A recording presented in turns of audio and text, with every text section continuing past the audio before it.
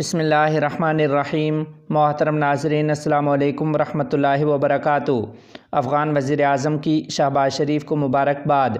تفصیلات کے مطابق افغانستان کے وزیر اعظم ملا محمد حسن اخند حفظہ اللہ نے شہباز شریف کو پاکستان کے وزیر اعظم کا عہدہ سنبھالنے پر مبارکباد دی ہے اور اس امید کا اظہار کیا ہے کہ ان کے انتخاب سے افغانستان اور پاکستان کے درمیان دو طرفہ تعلقات مضبوط ہوں گے اور ان کا انتخاب دونوں برادر ممالک کی ترقی اور خوشحالی کا باعث بنے گا۔ دھاندلی کے خلاف اکیلے لڑ رہا ہوں، مینڈیٹ چوری کرنے والے میرا ہدف ہیں۔ تفصیلات کے مطابق جمعیت علماء اسلام کے سربراہ حضرت مولانا فضل الرحمان صاحب دامت برکاتہم العالیہ نے لاہور میں وکلاء سے خطاب کرتے ہوئے کہا ہے کہ دھاندلی زدہ انتخابات تسلیم نہ کرنا میری سوچ میں شامل ہے۔ میں اس مینڈیٹ کو تسلیم نہیں کرتا بلکہ جن کا ہے اس کو تسلیم کرتا ہوں۔ مینڈیٹ کو تبدیل کرنے والے مجرم کوئی اور ہیں۔ مولانا فضل الرحمان صاحب نے کہا کہ جیسے اقتدار میں لانا ہو تو 100 مقدمے ایک ہفتے میں ختم، اور جب کسی کو اقتدار سے نکالنا ہو تو 100 مقدمات ایک ہفتے میں ہو جاتے ہیں۔ انہوں نے کہا کہ ہمیں ریاست کی اہمیت کو سمجھنے کی ضرورت ہے۔ ملک کا متفقہ آئین ملی نصاب کی اہمیت رکھتا ہے، اس کی اہمیت کو سمجھنا چاہیے، لیکن بدقسمتی سے ہمارے ملک میں آئین بھی محفوظ نہیں رہا۔ ان کا کہنا تھا کہ آئین کی بالادستی قائم ہونی چاہیے اور آئین کا اولین ستون اسلام ہے۔ آئین کہتا ہے کہ پاکستان سیکولر نہیں بلکہ مذہبی ریاست ہے۔ پاکستان پارلیمانی نظام رکھتا ہے، مارشل لا اور صدارتی نظام کی کوئی گنجائش نہیں ہے۔ مولانا فضل الرحمان صاحب نے کہا کہ ہمارا اختلاف یہی ہے کہ فیصلے عوام نے کرنے ہیں۔ میں شدت پسندی کو پسند نہیں کرتا۔ ملک ہمارا ہے، خود مختاری کا تحفظ کریں گے۔ ہماری سیاست اور معیشت پر بیرونی تسلط ہے تو آزادی اور خود مختاری کہاں رہی؟ سربراہ جمعیت علماء اسلام نے کہا کہ ہم اختلاف کے باوجود ایک دوسرے کا احترام کرتے ہیں۔ توہین آمیز رویے ہمارے معاشرے میں گھس آئے ہیں۔ ہم نے پی ٹی آئی کے خلاف سخت جنگ لڑی، لیکن میرے پاس پی ٹی آئی رہنما تشریف لائے تو میں نے ان کا بھی احترام کیا ہے۔ Bhutto reference per supreme court of Pakistan کی رائے پر مولانا فضل الرحمان صاحب نے کہا کہ ذوالفقار علی بھٹو کو پھانسی ہو گئی، اب کہہ رہے ہو کہ غلط تھا۔ ذوالفقار علی بھٹو پہلے صدارتی نظام کے حامی تھے اور پھر پارلیمانی نظام پر آمادہ ہو گئے تھے۔ جب کسی کو اقتدار میں لانا ہو تو 100 مقدمات ایک ہفتے میں ختم، اور جس کو اقتدار سے نکالنا ہو تو ایک ہفتے میں 100 مقدمات۔ طاقتور قوت ذرا سوچیں اس بات پر۔ میں تو کہتا ہوں ہمارے دل میں فوج کی قدر ہونی چاہیے، یہ ہماری دفاعی قوت ہے، لیکن اگر وہ سیاست میں اترتی ہے، وہ میرے الیکشن کو سبوتاژ کرتی ہے، عوام کی رائے کو سبوتاژ کرتی ہے، سیاست میں مداخلت کرتی ہے، دفاعی قوت ہونے کے ناطے مجھے حق نہیں پہنچتا کہ میں دفاعی ادارے کے اوپر تنقید کروں، لیکن اگر وہ سیاسی ادارہ بننے کی کوشش کرتا ہے تو کوئی کور کمانڈر کانفرنس کی قرارداد مجھے تنقید سے نہیں روک سکتی۔ جمعیت علماء اپنے اصول پہ کھڑی ہے، اس وقت بھی دھاندلی ہوئی تھی، آج بھی دھاندلی ہے، اس سے بدتر دھاندلی ہے، نہ اس وقت تسلیم کیا تھا نہ آج تسلیم کرنے کو تیار۔ ہم نے تو پی ٹی آئی کے ساتھ بڑی سخت جنگ لڑی ہے، انتہائی تلخیاں، اس کے باوجود جب وہ تشریف لائے دیکھا ویلکم۔ ہمیں بیرونی دنیا کے اثر و نفوذ سے نکلنا چاہیے۔ ملک ہمارا ہے، ہم اپنی خود مختاری کے دعوے دار ہیں۔ ہمارا آئین پاکستان کو ایک خود مختار ریاست قرار دیتا ہے، لیکن اگر اقوام متحدہ یا سلامتی کونسل یا جنیوا کا انسانی حقوق کنونشن یا اقوام متحدہ کا انسانی حقوق کا ادارہ ایک قانون پاس کر لے اور وہ آپ کے ملک کے اندر کے قانون سے متصادم ہو، تو پھر آپ کے ملک میں آپ کا قانون مؤثر نہیں ہے، وہی بین الاقوامی قانون مؤثر ہو جاتا ہے، تو آزادی کہاں رہی قوموں کی؟ تو ہمیں سوچنا چاہیے کہ ہماری سیاست ان کے کنٹرول میں چلی گئی ہے، معیشت ان کے کنٹرول میں ہے، معیشت ورلڈ بینک کے ہاتھ میں چلی گئی، آئی ایم ایف کے ہاتھ میں چلی گئی، ایف ایچ ایف کے ہاتھ میں چلی گئی، بین الاقوامی ادارے آپ کو کنٹرول کر رہے ہیں۔ آپ کا بجٹ پاکستان میں بیٹھ کر وہ بناتے ہیں اور آپ اس میں پڑھ رہے ہوتے ہیں، اور اس کی حیثیت ایک کلید کی ہے کہ جب تک وہ ہاں نہیں کرے گا دنیا کا کوئی ملک آپ کو نہ مدد دے سکتا ہے نہ آپ کو قرضہ دے سکتا ہے۔ تو آپ کی معیشت تو پہلے دن سے قرض ہو گیا ہے، جب سے مرحوم شہید لیاقت علی خان وزیر اعظم کی حیثیت سے امریکہ میں گئے اور اس وقت جو ہمیں پیسہ ملا اور باہر کے پیسے کے ہم عادی ہوئے، ہمارے منہ کو لگا ہے، آج تک ہم باہر کے قرضے کے بغیر اپنے وسائل پر ملک کو چلانے کے قابل نہیں ہوئے۔ اور حالت ہماری یہ ہے کہ یہ اسلامی دنیا کا، میرے پاس آئے تھے امریکی سفارتخانے سے کچھ لوگ، مجھے کہا میں افغانستان میں تشویش ہے اس بات پر کہ وہاں انسانی حقوق محفوظ نہیں ہے۔ میں نے کہا کون سے انسانی حقوق محفوظ نہیں ہے؟ کہتے بچیوں کی تعلیم پر پابندی ہے۔ تو میں نے کہا کہ وہ گوانٹانامو میں جو آپ لوگ کر رہے تھے انسانیت کے ساتھ، وہ کس انسانی حق کے زمرے میں آتا تھا؟ وہ جو شبرغان جیل میں اور بگرام کے قید خانوں کے عقوبت خانوں میں اور تمہارے سمندروں کے اندر بحری بیڑوں کے اندر کے عقوبت خانوں میں جو انسانیت کے ساتھ ہو رہا تھا، وہ کس انسانی حق کے زمرے میں آ رہا تھا؟ اور آج 4-5 مہینے کے اندر 31,000 مسلمان بچے، مائیں، بہنیں، عام شہری شہید ہو چکے ہیں۔ اس کے باوجود بھی امریکہ اور یورپ اسرائیل کو مدد دے رہے ہیں، ان کی پشت پہ کھڑے ہیں، ان کی فوجیں لڑ رہی ہیں ان کا۔ کس انصاف کی بات کرتے ہیں؟ لیکن اس سے زیادہ تعجب مجھے اسلامی دنیا کا ہے، ان کے حکمرانوں کا۔ کہاں گئی ان کی حمیت اور غیرت؟ کہاں گئی وہ مسلم یونٹی، وحدت امہ، جس کا درس جناب رسول اللہ صلی اللہ علیہ وسلم نے دیا؟ ہماری عدلیہ کو ہم کیا کہیں؟ ہماری عدلیہ کو ہم کیا کہیں؟ ہماری عدلیہ کو ہم کیا کہیں؟ ہماری عدلیہ کو ہم کیا کہیں؟ ہماری عدلیہ کو ہم کیا کہیں؟ ہماری عدلیہ کو ہم کیا کہیں؟ کس نے آپ کو بتایا ہے کہ آپ بغیر رہنمائی کے آپ ختم نبوت کے کیس کو چھیڑیں؟ جب آپ کو عبور ہی نہیں ہے اس مسئلے کے اوپر پھر کہتے ہیں کہ عدالت کا فیصلہ ماننا پڑے گا. نہیں مانتے ہم آپ کے فیصلے. آپ کے فیصلے کے خلاف ہم میدان میں آئیں گے. اور ویسے بھی میں نے کہا ہے کہ فیصلے احوال میں نہیں ہوں گے، میدان میں ہوں گے. مولانا صاحب قدم بڑھاؤ. مبلغ اسلام مولانا کلیم صدیقی صاحب کی ضمانت کو چیلنج 2 اپریل کو سماعت. تفصیلات کے مطابق سپریم کورٹ نے یو پی میں غیر قانونی تبدیلی مذہب کیس کے ملزم مبلغ اسلام حضرت مولانا محمد کلیم صدیقی صاحب دامت برکاتہم العالیہ کی ضمانت کو چیلنج کرنے والی عرضی پر اضافی دستاویزات کے ساتھ جواب داخل کرنے کی اجازت دے دی ہے. عدالت نے مولانا محمد کلیم صدیقی صاحب کی جانب سے بیان حلفی داخل کرانے کی بھی اجازت دے دی تاکہ ان کی صحت کی تفصیلات ریکارڈ پر رکھی جا سکیں. اب کیس کی سماعت 2 اپریل کو ہوگی. پچھلی سماعت کے دوران سپریم کورٹ نے تبصرہ کیا تھا کہ ملک میں مذہب کی تبدیلی کی اجازت ہے، لیکن قانون لالچ، زبردستی یا دھوکہ دہی کے ذریعے تبدیلی کی اجازت نہیں دیتا. یاد رہے کہ اتر پردیش ATS نے ستمبر 2021 میں مولانا محمد کلیم صدیقی صاحب دامت برکاتہم العالیہ کو گرفتار کیا تھا. ملک بھر میں موسم بہار کی قومی شجرکاری مہم کا آغاز، 20 ملین پودے لگائے جانے کا ہدف. تفصیلات کے مطابق وزارت زراعت، آبپاشی و لائیو سٹاک کی جانب سے اعلیٰ حکام کی موجودگی میں شجرکاری کی قومی مہم کا آغاز ہو گیا ہے. شجرکاری مہم کی افتتاحی تقریب سے خطاب کرتے ہوئے نائب وزیر اعظم برائے سیاسی امور مولوی عبدالکبیر حفظہ اللہ نے کہا کہ افغانستان کو موسمیاتی تبدیلیوں سے شدید نقصان پہنچا ہے اور درخت لگانے سے ماحولیاتی مسائل حل ہو سکتے ہیں. انہوں نے مزید کہا کہ امارت اسلامیہ نے پنجشیر سے کابل تک پانی کی منتقلی کے لیے کوشش شروع کر دی ہے اور شہریوں سے بھی درخواست ہے کہ پانی کے استعمال کے معاملے میں ذمہ داری کا مظاہرہ کریں. اسی دوران وزیر زراعت، آبپاشی و لائیو سٹاک مولوی عطاء اللہ عمری نے مہم کے آغاز کی افتتاحی تقریب میں خطاب کرتے ہوئے کہا ہے کہ امارت اسلامیہ کی حاکمیت کے بعد اب تک ملک کو سرسبز بنانے کی غرض سے 82 ملین پودے لگائے جا چکے ہیں. انہوں نے مزید کہا کہ وزارت زراعت گزشتہ 2 سالوں میں زراعت اور لائیو سٹاک کے نظام کو جدید بنانے کے لیے تیزی سے کوششیں کر رہی ہے. اسی دوران کابل میونسپلٹی کے سرسبز علاقوں کے تحفظ کے ذمہ دار مولوی عبدالوکیل متوکل نے کہا کہ کابل کی نرسریز میں 20 لاکھ پودے تیار کیے گئے ہیں جو رواں سال کابل کے مختلف علاقوں میں لگائے جائیں گے. شجرکاری مہم کی افتتاحی تقریب میں حکام نے شہریوں سے پودے لگانے اور ان کی دیکھ بھال اور تحفظ میں حکومت کے ساتھ تعاون کرنے کی درخواست کی ہے. یاد رہے کہ وزارت زراعت، آبپاشی و لائیو سٹاک کے ترجمان نے تقریب کے موقع پر صحافیوں کو بتایا کہ اس سال کی مہم کے تحت ملک بھر میں 20 ملین سے زائد پودے لگائے جائیں گے. اسلامی نظام کے آنے سے عوام کی امیدیں زندہ ہو گئی ہیں.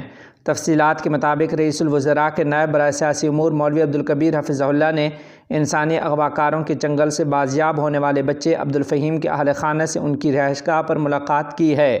انہوں نے عسکری حکام سے کہا کہ وہ اغوا کاروں کے خلاف سنجیدگی سے اقدامات کریں جو معاشرے کے امن و امان کو تباہ کرتے ہیں. بازیاب ہونے والے بچے کے اہل خانہ کا کہنا تھا کہ اسلامی نظام کے آنے سے لوگوں کی امیدیں زندہ ہو گئی ہیں، ان کی آواز سنی گئی ہے اور وہ اپنے حقوق حاصل کر سکتے ہیں. وزیر داخلہ کی روسی سفیر سے ملاقات. تفصیلات کے مطابق افغانستان کے وزیر داخلہ خلیفہ سراج الدین حقانی نے روس کے سفیر سے ملاقات کی ہے. ملاقات میں روس اور افغانستان کے درمیان تعاون کے تسلسل، 2 طرفہ تعلقات کی ترقی اور دونوں ممالک کے درمیان سیکورٹی تعلقات کی مضبوطی پر زور دیا گیا. ملاقات میں افغانستان اور خطے کی جاری صورتحال پر بھی تبادلہ خیال کیا گیا ہے. افغان وزیر دفاع اور قطری حکام کا 2 طرفہ تعلقات بڑھانے پر تبادلہ خیال. تفصیلات کے مطابق امارت اسلامیہ افغانستان کے وزیر دفاع مولوی محمد یعقوب مجاہد اور چیف آف آرمی اسٹاف قاری محمد فصیح الدین فطرت نے قطر کے وزیر دفاع ڈاکٹر خالد بن محمد العطیہ سے ملاقات کی ہے. اس موقع پر 2 طرفہ تعلقات اور باہمی دلچسپی کے دیگر امور پر تبادلہ خیال کیا گیا. اس سے قبل گزشتہ روز افغان وزیر دفاع مولوی محمد یعقوب مجاہد اور چیف آف آرمی اسٹاف قاری فصیح الدین فطرت نے قطر کے امیر شیخ عبداللہ بن حمد الثانی سے ملاقات کی. اس ملاقات میں قطر کے وزیر دفاع، چیف آف آرمی اسٹاف اور کئی دیگر ممالک کے وزرائے دفاع بھی موجود تھے. اس موقع پر دونوں ممالک کے حکام نے دونوں ممالک کے درمیان 2 طرفہ تعلقات کو مزید مضبوط بنانے پر تبادلہ خیال کیا. واضح رہے کہ امارت اسلامیہ کے یہ دونوں اعلیٰ دفاعی حکام 2 روز قبل دوحہ میں ڈیمڈکس نامی دفاعی نمائش میں شرکت کے لیے قطر گئے تھے۔ اس دفاعی نمائش میں مختلف بین الاقوامی کمپنیوں کی جانب سے زمینی، فضائی اور بحری فوجی ساز و سامان اور ہتھیاروں کو نمائش کے لیے رکھا گیا۔ اگرچہ وزارت دفاع نے دوحہ میں ہونے والی اس دفاعی اور سیکورٹی نمائش میں شرکت کے لیے مذکورہ 2 اعلیٰ دفاعی حکام کے دورے کے بارے میں زیادہ تفصیلات جاری نہیں کی، تاہم دفاعی تجزیہ کاروں نے اس دورے کو ملک کے لیے اہم قرار دیا ہے، کیونکہ جولائی 2022 عیسوی میں بھی وزیر دفاع مولوی محمد یعقوب مجاہد نے قطر کا دورہ کیا تھا اور قطری حکام کے ساتھ فوجی یونیفارم اور دفاعی تکنیکی آلات کے بارے میں تبادلہ خیال کیا گیا تھا۔ مکمل جنگ بندی کے اعلان تک اسرائیل کے ساتھ قیدیوں کا تبادلہ نہیں ہوگا۔ تفصیلات کے مطابق حماس کے رہنما اسامہ حمدان نے زور دے کر کہا ہے کہ جب تک اسرائیل جنگ بندی کا اعلان نہیں کرتا اس وقت تک اس کے ساتھ قیدیوں کا کوئی تبادلہ نہیں ہوگا۔ حمدان نے منگل کو کہا کہ حماس نے گزشتہ 2 دنوں کے دوران مصری دارالحکومت قاہرہ میں ہونے والے مذاکرات میں غزہ کی پٹی میں جنگ بندی کے لیے اپنی شرائط کی تصدیق کی ہے۔ انہوں نے بیروت میں منعقدہ ایک پریس کانفرنس میں کہا کہ حماس کے شرائط واضح ہیں، ہم مکمل اسرائیلی انخلاء، بے گھر ہونے والوں کی اپنے علاقوں میں واپسی اور بڑی مقدار میں امداد کی فراہمی چاہتے ہیں۔ انہوں نے نشاندہی کی کہ اسرائیل مجوزہ اقدامات سے نمٹنے کے لیے اب بھی وہی تاخیری چالوں اور طریقوں پر عمل پیرا ہے۔ حمدان نے مزید کہا کہ اسرائیل مذاکرات غزہ کے لوگوں کے قتل عام اور بھوک پیاس سے مارنے کا سلسلہ جاری رکھے ہوئے ہیں اور بھوک کو فلسطینی عوام پر دباؤ کے کارڈ کے طور پر استعمال کر رہا ہے۔ انہوں نے کہا کہ اسرائیل جنگ میں جو کچھ حاصل کرنے میں ناکام رہا ہے وہ مذاکرات کی میز پر حاصل کرنا چاہتا ہے۔ ہمارے لوگوں کی سلامتی اور تحفظ ایک مستقل جنگ بندی کے علاوہ اپنے مقاصد حاصل نہیں کر سکے گا۔ انہوں نے کہا کہ حماس نے جو لچک دکھائی وہ مذاکرات میں دکھائی دے رہی ہے۔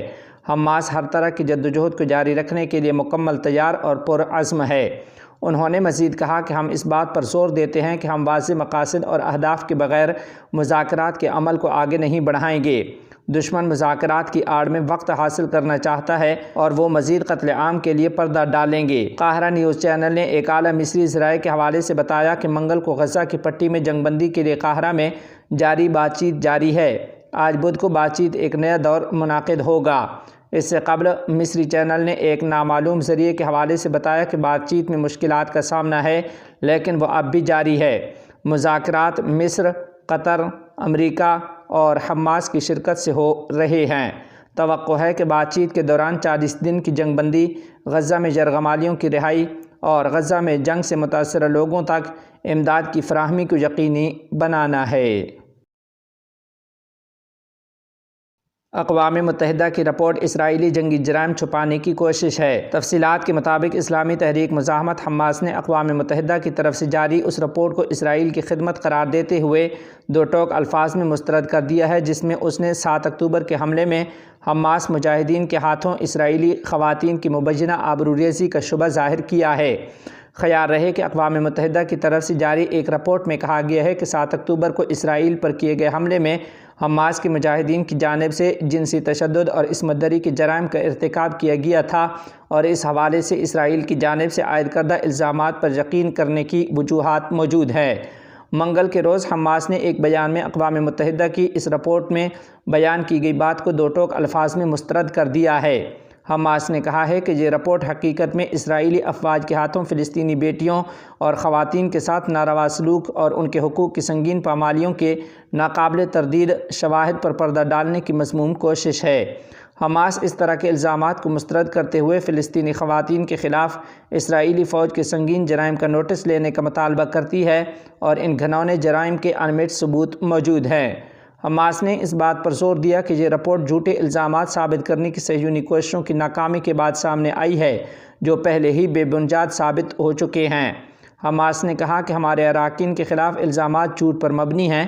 اسرائیلی ریاست اس نوعیت کے الزامات عائد کرنے میں ناکامی کے بعد اقوام متحدہ کو حماس پر دباؤ بڑھانے اور اسرائیلی ریاست کو اس کے جرائم سے بری کرنے کے لیے استعمال کر رہی ہے۔ حماس تحریک نے اقوام متحدہ کے رپورٹر پر الزام لگایا کہ وہ اسرائیلی اداروں، فوجیوں اور تل ابیب کے حکام کی طرف سے منتخب کردہ گواہوں پر اپنی رپورٹ پر انحصار کرتے ہوئے اس جھوٹے الزام کو ثابت کرنے کی ناکام کوشش کرتے ہیں۔ اس نوعیت کے الزامات پہلے بھی بین الاقوامی تحقیقات میں جھوٹے ثابت ہو چکے ہیں اور اقوام متحدہ کی اس رپورٹ کی بھی کوئی ٹھوس بنیاد نہیں، جو صرف قابض اسرائیلی ریاست کے بیانیے پر مبنی ہے۔ یاد رہے کہ غزہ میں اسرائیل کی جنگ شروع ہوئے 5 ماہ گزرنے کے باوجود تاحال جاری ہے، جس کے نتیجے میں 30,000 سے زائد افراد شہید ہو چکے ہیں، جن میں زیادہ تر خواتین اور بچے شامل ہیں۔ اخوان المسلمین کے 8 رہنماؤں کو سزائے موت، 37 کو عمر قید سنا دی گئی۔